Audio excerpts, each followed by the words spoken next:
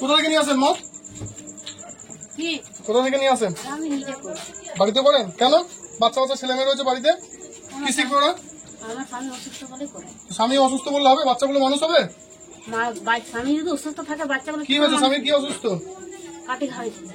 আর কে কে আছে বাড়িতে? আমার দুটো ছেলে মেয়ে আছে আর আমার স্বামী। কোথায় আপনার স্বামী? কোথায়? কত পায়খানা করতে গেছে। এই বাড়িটা কাদের? ওইটা ওইটা আমাদের না, ওটাই আমাদের।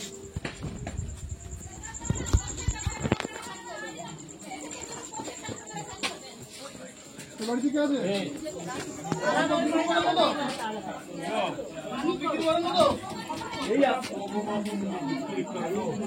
বাচ্চা বাচ্চা ছেলে আছে বাড়িতে, মদ বিক্রি করলে হবে না।